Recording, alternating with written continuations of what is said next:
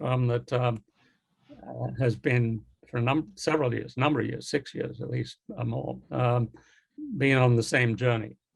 Bill Anderson is the CEO of Roche Pharmaceuticals, and that is about half of the firm Roche. They also have Roche Diagnostics, about the same size, around 50,000 employees, so a total of over 100,000. It was founded much more recently than Ericsson in 1896, and it's very successful and worth a great deal in the stock market. And these are excerpts from a talk that was hosted by Michael Lurie at the Lisbon Agility Conference, and I'll give you the link later to the whole interview, but these were highlights. And he starts out by describing the internal and external drivers of change. Especially if you take a company that's used to doing things the more traditional way, and you're trying to change that, that's very unsettling. But we had some major business challenges. We were going from a period where we had 50% of our revenue coming from 3 big products, and those 3 products were going to go away due to loss of patents and things, and we were going to need to replace them, not with 3 products, but with 15 or 20 medicines. And so on the one hand, we had kind of a big expansion in terms of the complexity and the requirements from the external environment, but at the same time, we needed to be in a much leaner manner and just to be much quicker to respond, because the dynamics of the market's changing and things. And so we realized that the old setup we had just wasn't going to get us there, and that was kind of the external challenge. At the same time, I was incoming CEO of Genentech, which is the U.S.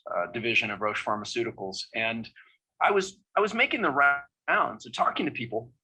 I had been with the company for a decade at that point, but I had been in another division. I was coming back as the CEO of Genentech, and so I thought, I need to find out what's going on, what's on people's minds.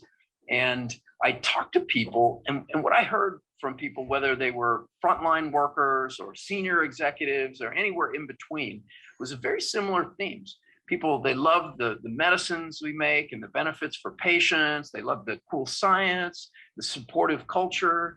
That was all great. But they always then said, but I can't get anything done. Can you fix that?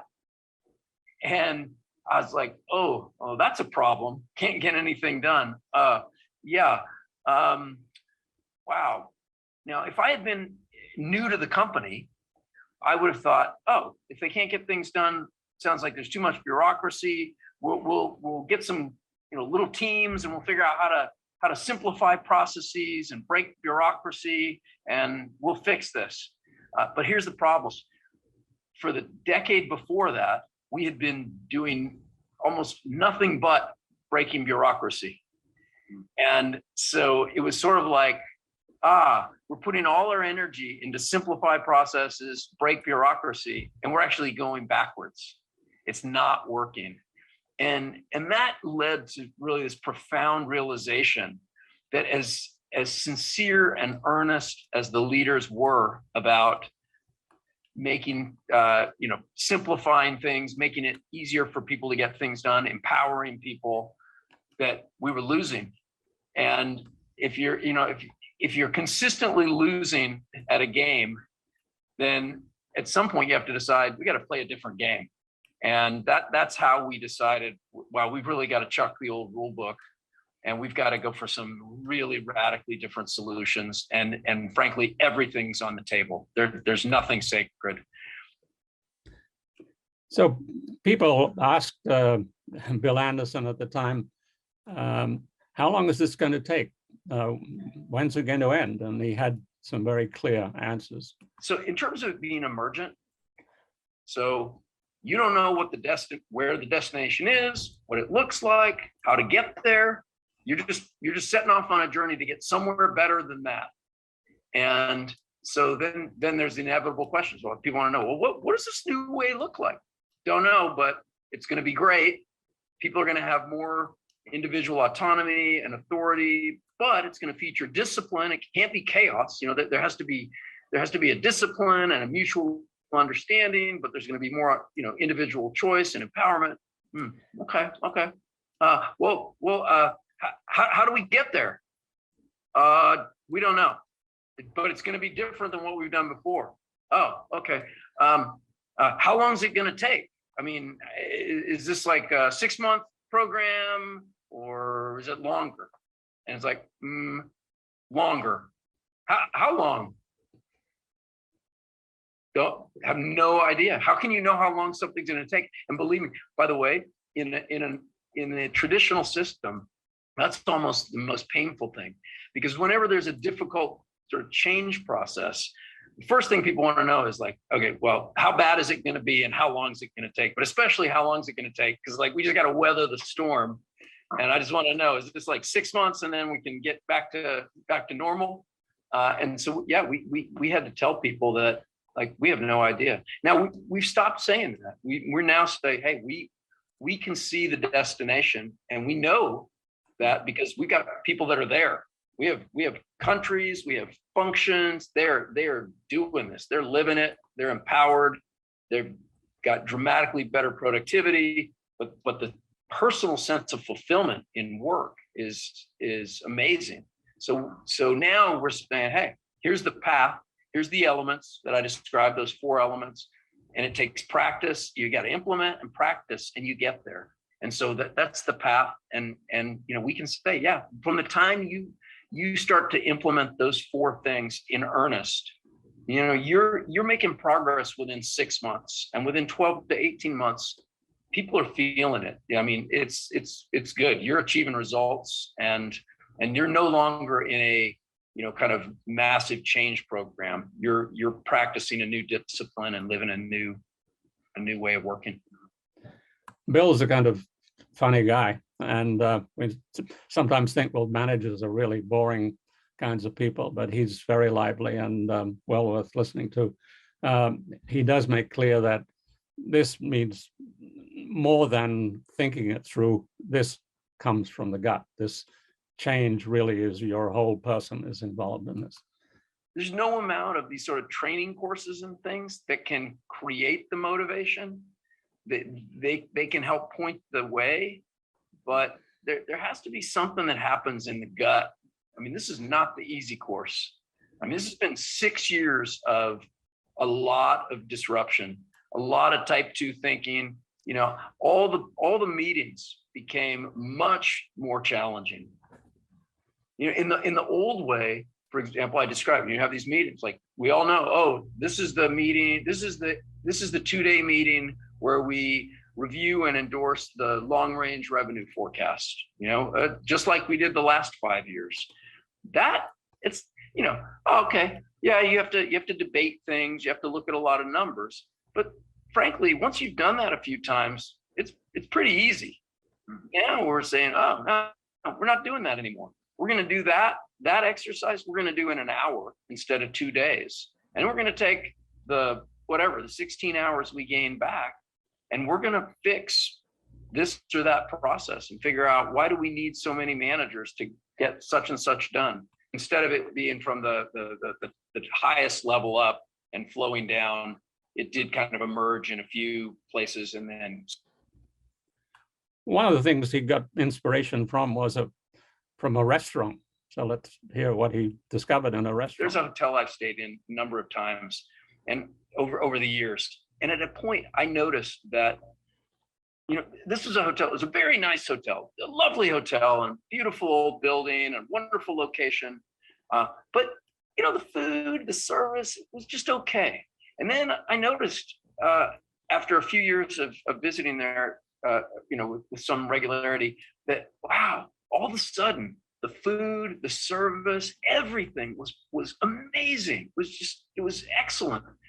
And the really key thing that I noticed was, but the personnel was the same. It was the same waiters and people at the front desk, and right. And so I said, I got to find out who's running this place, because I have a feeling. And so I asked him to meet the general manager, and I got to know her. And sure enough, she started about 2 months before I noticed the change, and boom, and so I asked her, and she said, yeah, well, we have a real focus now of, we want every guest, we want them to have a special memory.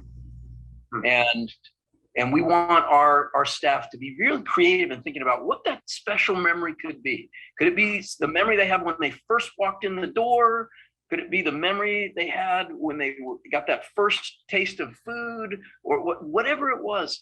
And it's almost like a competition. Everyone has to figure out, like, what could be the most special memory. And so that was a vision. That's a vision. I love that, because it's not just something you put on your website, but it catalyzes action. It captivates the imagination of people, and it drives them to do something that's great. Or a restaurant of 30 people is one thing. It's another thing with a 55,000 person organization with complex new pharmaceuticals. So let's hear how he translated that restaurant experience into a 55,000 person pharmaceutical company. So we said, what could be a vision for our company that would be that kind of vision? And again, we had a group that was very mature and people who had been with the company for some time. So that's not as easy when you've been there. You kind of tried a lot of that stuff. You've had slogans and you've had campaigns, and right. But we basically kind of locked ourselves in a room for a day, and we sort of brainstormed on this. And where we ended up was, first we said, we want to deliver. We don't want to deliver 20% more medicines or something. To make this worth our time and everybody else that works here, to make it worth it, we want to deliver 3 to 5 times more benefit to patients over the next decade than we did in the past decade.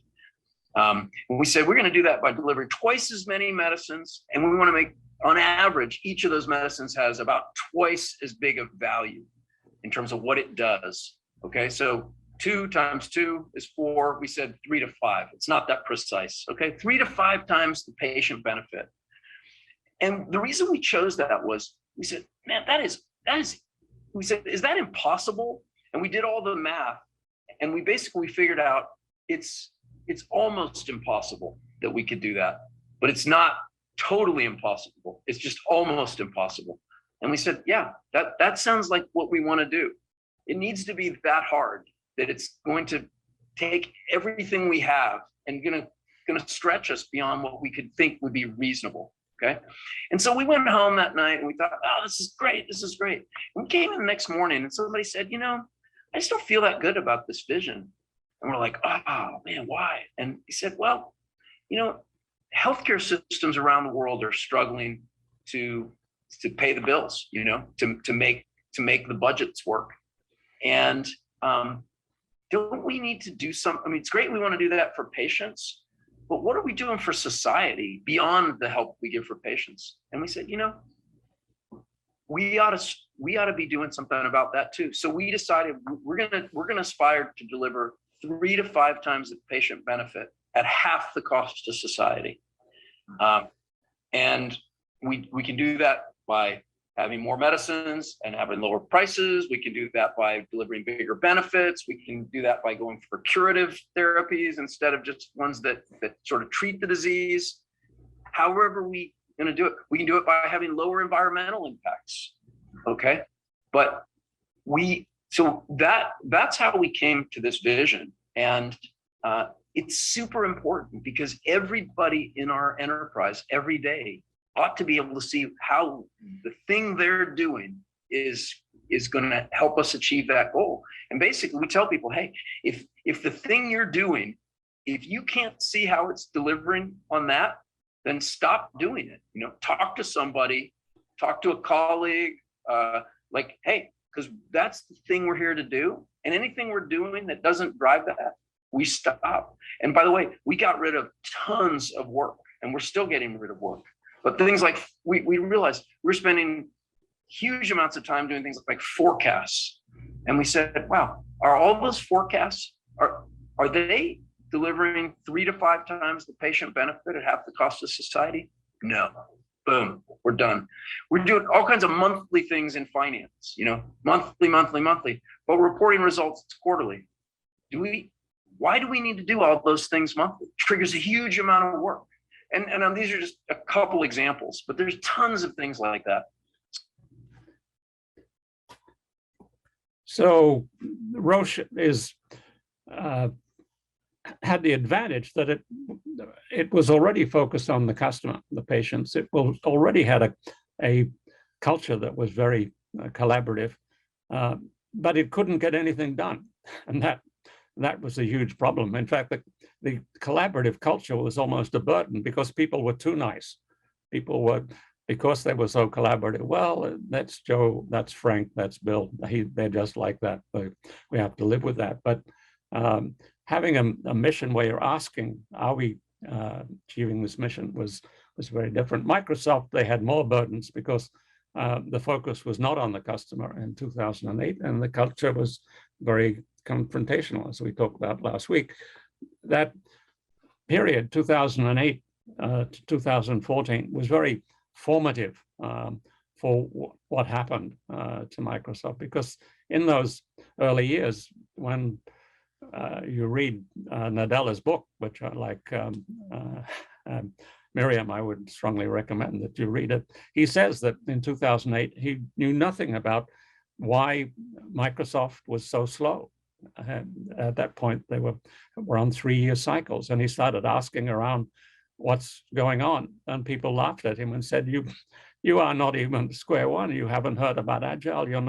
You don't have Agile teams. Microsoft is dead with 3-year cycles. You might as well just go to the funeral service now. And this team, the team leaders, not the mid-level managers or the senior managers, the team leader started to say, look, I've just had a product that's gone to market, and it's already something on the market that was there 3 years ago. If we continue like that, we are dead meat. So started exploring with 1 team, and then 3 teams, and then got permission to do it in 25 teams, and then 300 teams by 2011. All of that work was laying the foundation of what was to come. That was the basis for the subsequent takeoff. And so when you look at all of those steps in 2008 to 2014, that's what enabled Nadella to give the kind of 90-second speech that I'm about to show you, which illustrates that his commitment, by this time, he'd learned how this worked. He'd learned what a different organization had to be. He was convinced that he had to play the role in driving it. And he was not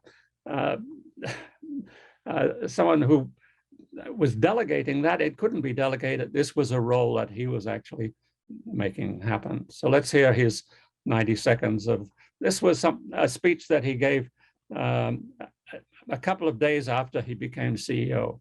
And he was able to give that speech because of the 6 years that Microsoft had put in to build an army of Agilists before he gave that speech. I would say first thing I want to do and focus on is ruthlessly remove any obstacles that allow us to innovate, every individual in an organization to innovate, and then focus all of that innovation on things that Microsoft can uniquely do.